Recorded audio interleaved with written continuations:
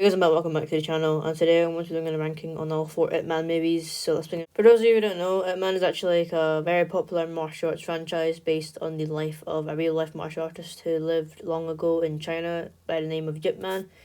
Yeah, these movies are not as known in the UK. Like they have received some limited cinema releases and some DVD and Blu-ray releases, but it's more targeted for audience in Asia, such as China and Hong Kong. But yeah, I've seen all 4 films. I won't be including the spin-off Masters of the Ip Man Legacy or any of those other Ip Man movies that it seems to be a lot like Ip Man the Final Fight, Ip Man the Awakening. I won't be including those because I've not seen any of those. So yeah, enough talk, let's get right into the ranking video. This is also from worst to best, and this is also a very hard decision because all 4 in this franchise are actually great. Like the quadrilogy is all good movies, but it was hard, and eventually I had to come up with what's the weakest film in the franchise. 4th place is Ip Man 4, the finale. This movie, I was actually a really big fan when I first watched it, and I still think it is a quality good film to this day. But it is growing a bit less than me. I thought it was an excellent film when it came out. It still is, but just out of the quadrilogy, this is probably the weakest. And by no means, as I said multiple times now, it isn't really. It is a fantastic film. The martial arts sequences are excellent, and it's choreographed by Yuen Mo Ping, who's an absolute legend for choreographing martial art fight scenes in Hong Kong, like action martial arts films. And yeah, it's fantastic. As I said, I like the fight scenes, especially Scott Adkins in this film. I like the story, but there's a few inaccuracies in this film, such as Ip Man dying in 1964. That was a whole 8 years before his death. So he actually died in 1972, not the 1960s. That is a very big inaccurate thing. And another thing is that Ip Man did not go 1-to-1 against a American sergeant, military sergeant. Yeah, that was just completely made up for the audience sake. But anyway, the facts away, it's an enjoyable film and a satisfying finale to the franchise. But if you compare it to some other films in the franchise, it's definitely a bit weaker. But I still love this film. Again, funny enough, 3rd place, Ip Man 3. I think you can see where this ranking is going. It is going to be ranked. It's not like it was intended to be this like that. Like this is just a coincidence that my ranking from worst to best is the movies from like the last one to the first one. But Ip Man 3 is once again another fantastic film. Great choreography and fantastic martial arts fight scenes in this film. Once again, you got the elevator fight, you've got the fight outside the school, you've got the epic, exhilarating final martial arts fight scene at the dojo when Ip Man and Cheng Tin Chi, I'm pretty sure his name is, square off using big long sticks to butterfly swords and even using their bare hands. And then Ip Man somehow wins in the end. Despite being blinded, he pulls out a 1-inch punch and defeats Cheng Tin Chi. It is a great fight scene, honestly. So, and of course, oh yeah, I forgot. Why did I forget this? Ip Man going against Mike Tyson. That was probably the highlight of the movie for a lot of people. But yeah, the story is great. Ip Man movies always have a great plot. They never are lacking in anything, in my opinion. They all have interesting dialogue, concepts, and characters. This movie does it just right. The elements of this film is perfect as well, with the perfect blend of action and dialogue, and the story as well. It's great, and of course you get to see the interaction at the start between Bruce Lee as a teenager and Ip Man, and he's of course smoking cigarettes and he's flicking at Bruce Lee for him to kick, and then Bruce kicks him in slow mo, which is a very fun scene. Overall, just like Ip Man 4 the finale, Ip Man 3 is once again a worthy addition to the Ip Man franchise and a very fun, action packed, interesting entry in the franchise in general, and overall, I really liked it. Yeah, and Ip Man 2 definitely earns the 2nd place spot for me in this ranking. This movie is really, really good indeed. The continuation on it from the first Ip Man, definitely go ahead and watch the first one before this one, or you'll be confused as heck. It's fantastic. The continuation is just spot on. I love how they continue with it after Ip Man 1 and how they moved to Hong Kong in the 50s, British controlled Hong Kong, and Ip Man's facing a lot of difficulties in his life right now. And then he goes to like he meets some other fellow masters like Sammo Hung, probably the most notable master in this film, The fight with the Donnie Yen squaring off against Sammo Hung in the table is fantastic. So well. When it comes to Sammo Hung in a movie, especially like directing and like choreographing it, you know you're going to be in for a treat because Sammo is great and that kind of stuff.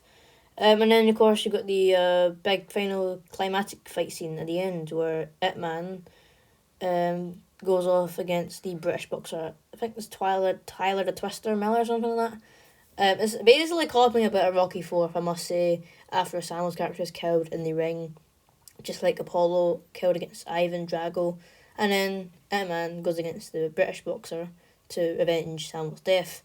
And of course he wins in the end, and yeah, again, the sequel has so many great elements, and there's nothing to not hate about, not to not like about this film. There's nothing to hate about this film. It's what I'm trying to say. Sorry.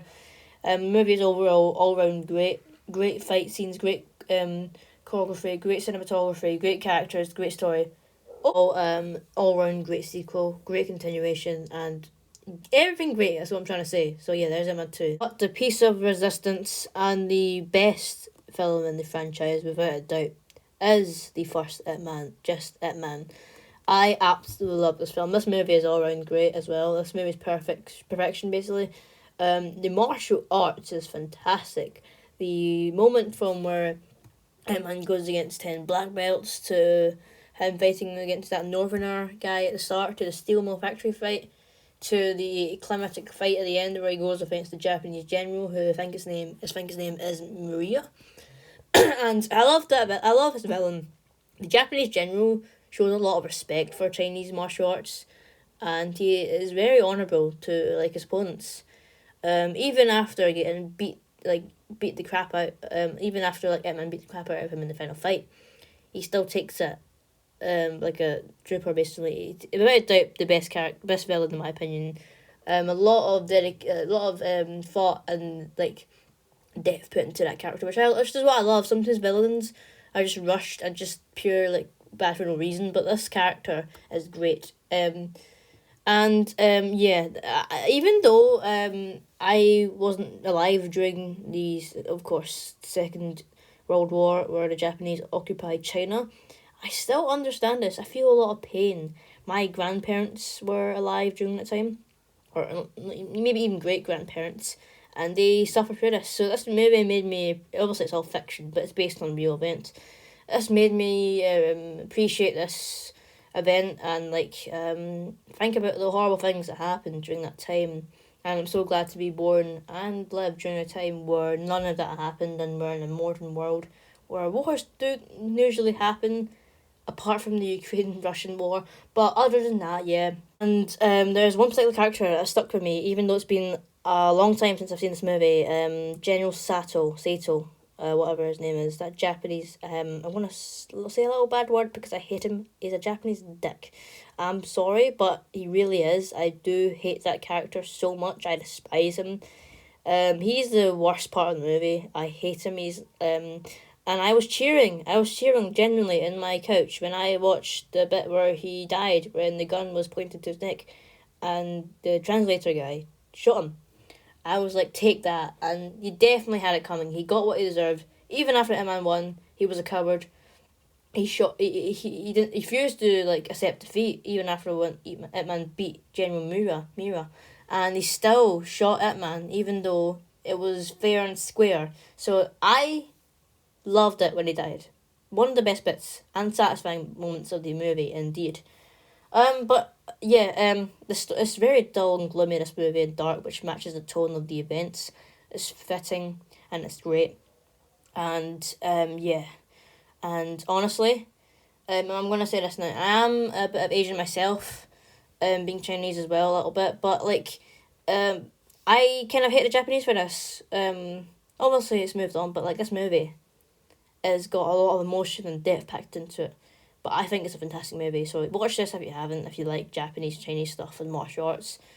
But yeah, there you go, Ip Man 1, my favourite film of the franchise. So that brings my ranking for today's video to a close. I hope you enjoyed this video. If you've seen any of the Ip Man films, do let me know in the comments what's your opinion of them, and let me see your ranking. It'll be very interesting to know your opinions on the films.